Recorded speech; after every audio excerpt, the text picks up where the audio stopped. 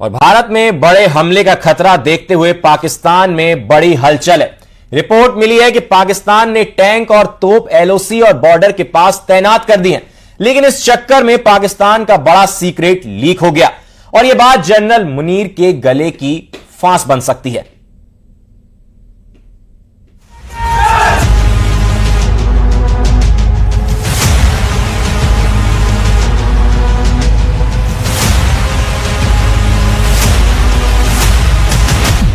चौबीस घंटे में अटैक, 36 घंटे में अटैक, 48 घंटे में हमला होगा या फिर 72 घंटे बाद दहलेगा पाकिस्तान। पाकिस्तान की सेना इस वक्त सिर्फ घड़ी देख रही है और घंटे गिन रही है, क्योंकि एलओसी या फिर बॉर्डर पार से जो होने वाला है उसमें छुपा है पाकिस्तान का सबसे बड़ा खौफ।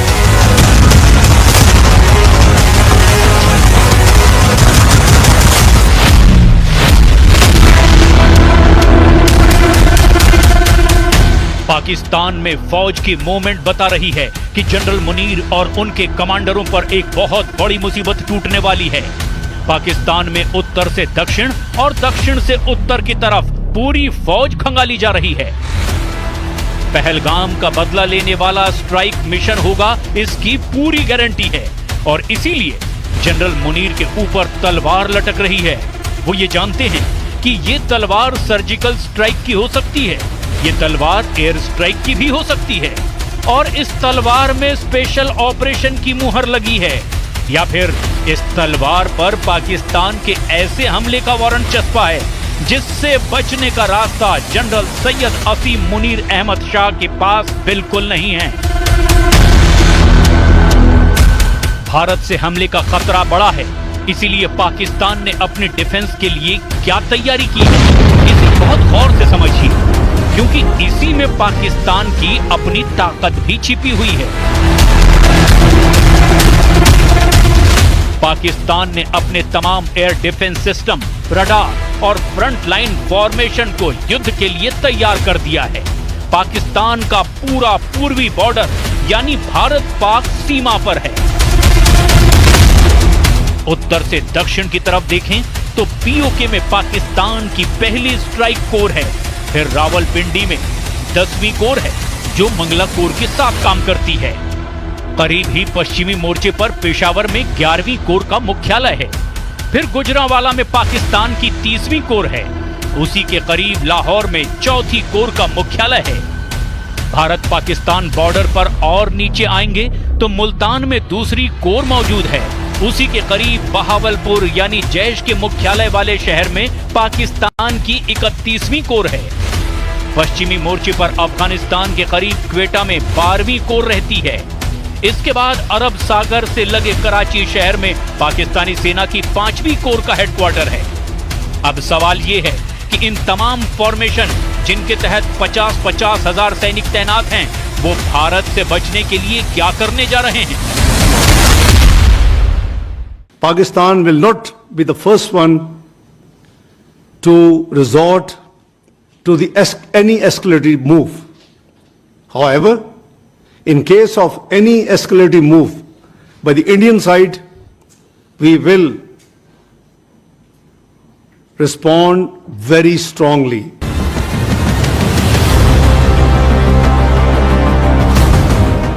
पाकिस्तान की पॉलिटिकल और मिलिट्री लीडरशिप बहुत बुरी तरह फंसी हुई है। भारत से बचने के लिए अब पाकिस्तान में सेना कहां से किस नई लोकेशन पर भेजी जा रही है, कौन सी तोप और कौन सा टैंक किस अड्डे को छोड़कर किस मोर्चे पर पहुंचाया जा रहा है, और पाकिस्तान के एयर डिफेंस सिस्टम कहां-कहां एक्टिव हो चुके हैं, कहां पर पाकिस्तानी सेना की कौन सी तैयारी पता चल रही है, ये बात अब धीरे धीरे लीक होने लगी है। पाकिस्तान के बॉर्डर वाले इलाके से जो रिपोर्ट आ रही है उससे कई नई बातों के बारे में भी पता चला है। यहाँ लोग भी घबराए हुए हैं कि अगर युद्ध हुआ तो आगे क्या होगा। हमारे गांव से तकरीबन ये 300 गज साइड पे जो है ना वो बॉर्डर है, जीरो लाइन, और जब भी यहाँ पे फायर होता है ना तो हमारा गांव सबसे पहले मुतासर होता है। ठीक है, और इससे पहले जितने भी फायर हुए हैं तकरीबन काफी सारे हमारे लोग शहीद हुए हैं, उनमें बच्चे भी हैं, बूढ़े भी हैं, फसलें भी जो है ना नुकसान होती हैं, ठीक है, मवेशी भी मरते हैं, ठीक है। तो इसलिए हमारी गवर्नमेंट को चाहिए कि इस मसले का कोई प्रॉपर हल जो है ना निकालना चाहिए उनके साथ बैठ के।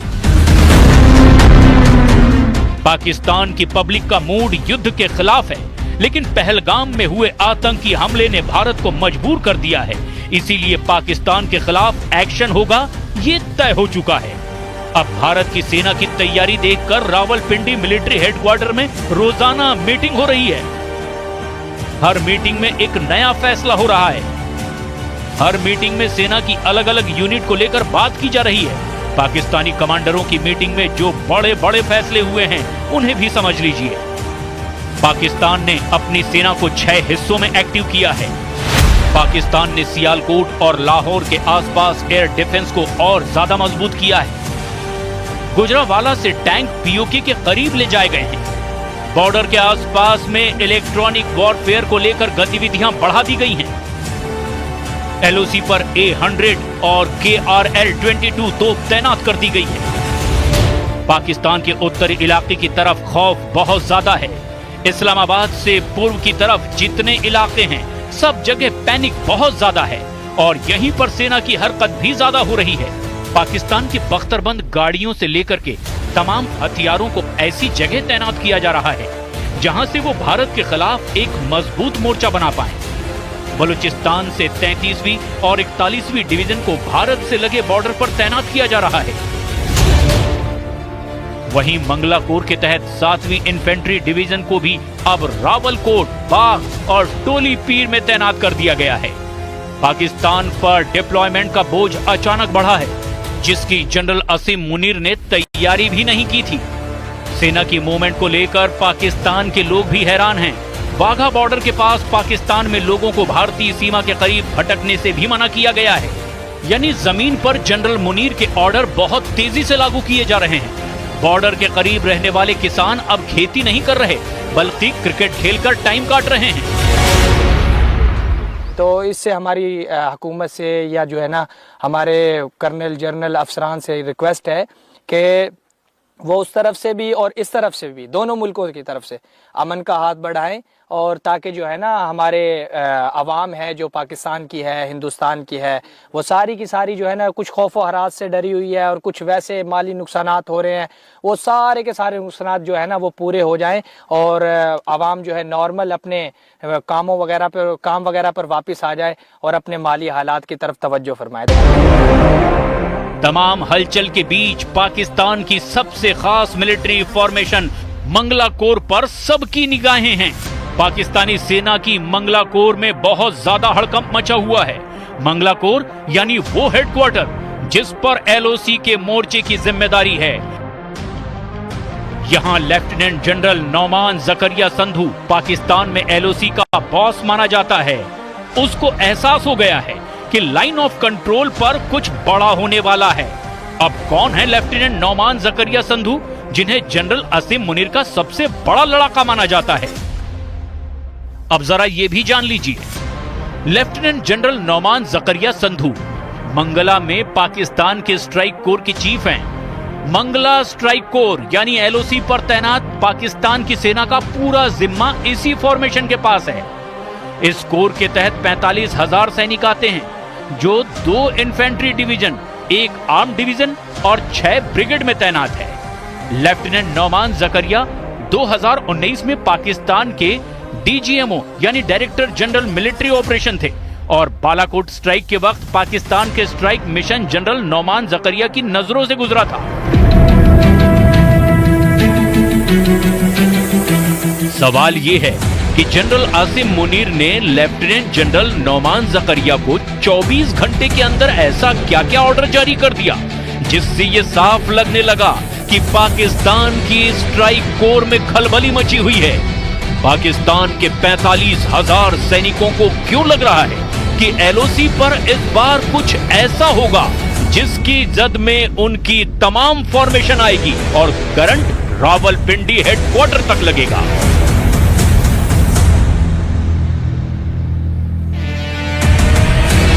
एलओसी पर पाकिस्तान की फौज को कहा गया है कि बंकर में रहकर निगरानी करें, यानी एलओसी पर खतरे का लेवल 10 गुना बढ़ चुका है। ये बात रावलपिंडी हेडक्वार्टर में वायरल हो रही है। एलओसी पर आतंकवादियों के सभी लॉन्चिंग पैड खाली कराए जा रहे हैं, यानी सर्जिकल से लेकर एयर स्ट्राइक तक हर तरह के हमले का खौफ अब पसर चुका है। जनरल नौमान जकरिया की फॉर्मेशन ही है जो एलओसी पर जनरल मुनीर का हर हुक्म लागू करती है।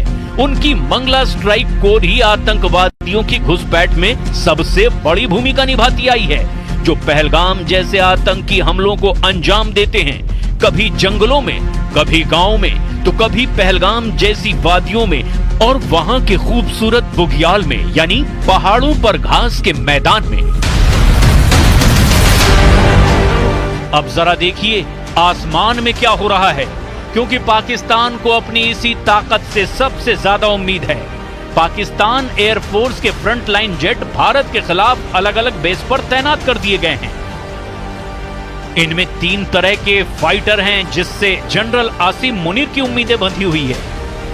पहला है अमेरिका से 80 के दशक में खरीदा गया F-16। पाकिस्तान के पास ऐसे 80 जेट हैं। दूसरा है चीन से लिया गया JF-17। पाकिस्तान के पास ऐसे 156 जेट हैं।